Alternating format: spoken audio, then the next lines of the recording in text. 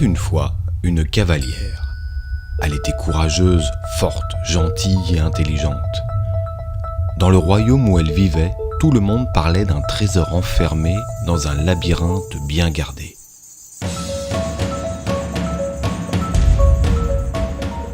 Avant d'entamer sa quête, il lui fallut s'entraîner durement auprès d'autres aventuriers comme elle, afin de pouvoir affronter les terribles épreuves qui l'attendaient.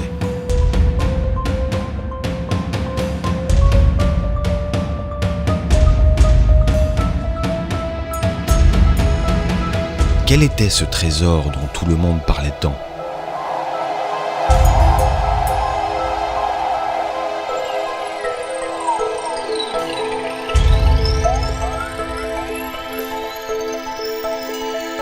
Les secrets les mieux gardés sont les plus précieux, pensa-t-elle.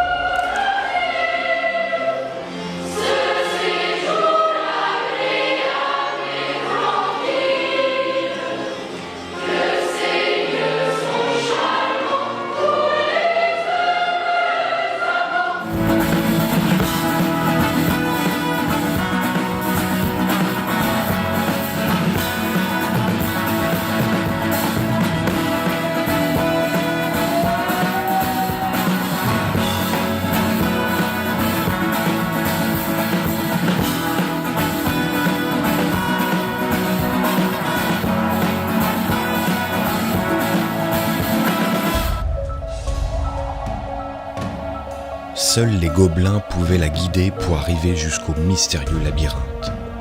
Et il n'y avait qu'un moyen de débusquer leur tanière.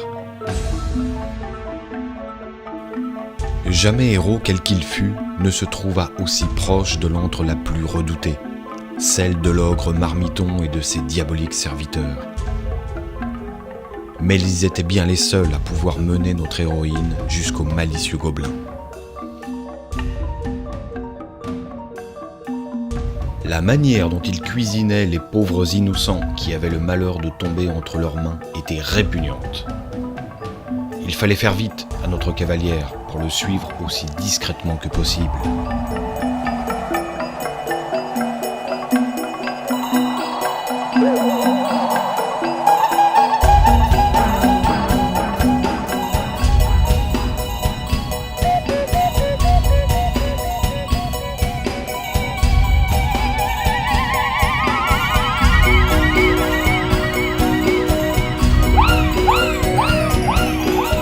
Elle avait été plus rusée que les ogres.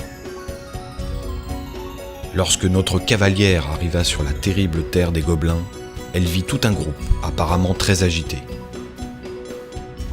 Probablement avait-il eu déjà connaissance de sa venue.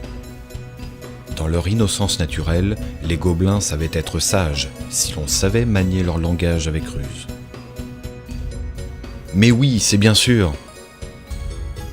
L'ingéniosité et la fourberie de ces êtres étaient sans limite. Le plan élaboré de la main experte de son interlocuteur allait pouvoir lui permettre de trouver la fée et de voler par-dessus les murs du labyrinthe, et ainsi débusquer enfin le trésor tant convoité.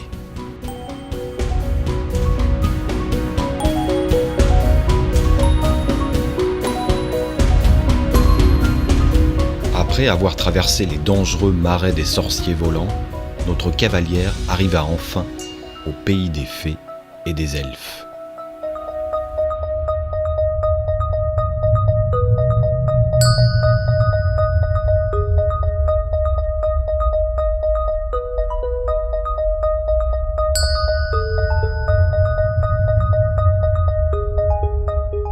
La fée bleue mesura d'abord sa vaillance.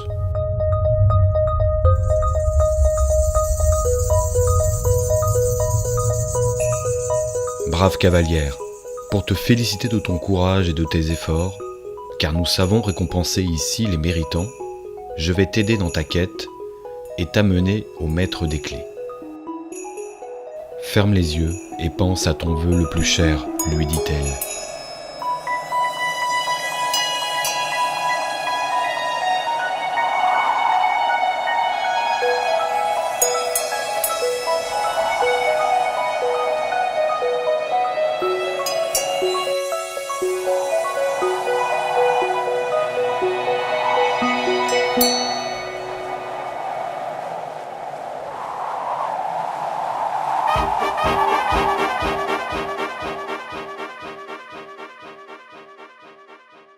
Le maître des clés, occupé à ses tâches quotidiennes, était bien surpris de cette intrusion soudaine.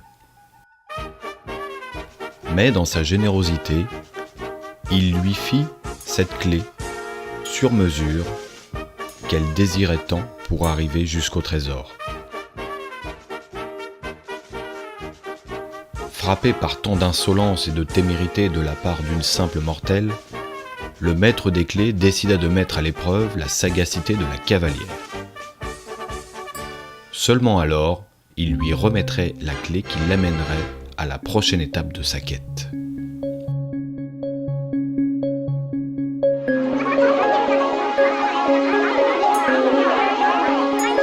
Il fallut encore traverser une terre gardée par les fondateurs d'encens qu'elle repoussa du mieux qu'elle put, n'écoutant que sa foi et son audace.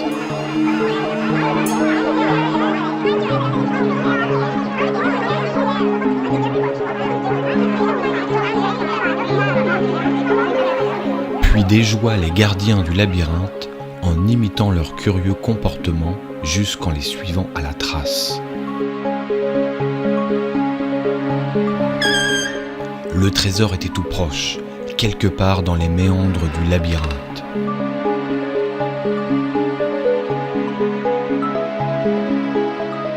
Le passe-partout fabriqué des mains du maître des clés trouva enfin son utilité. «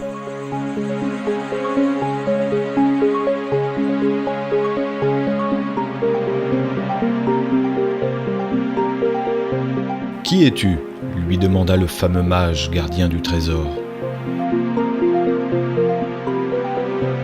Je vous somme de me remettre ce dont tout le monde parle, » ordonne la cavalière.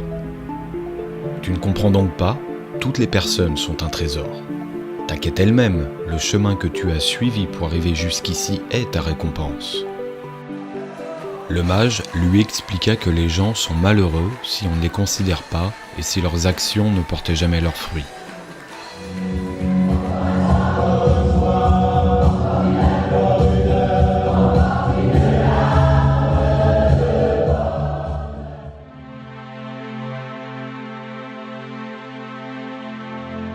La cavalière comprit alors que la bonne fortune de ces rencontres l'avait rendue bien plus riche qu'elle ne l'aurait imaginé.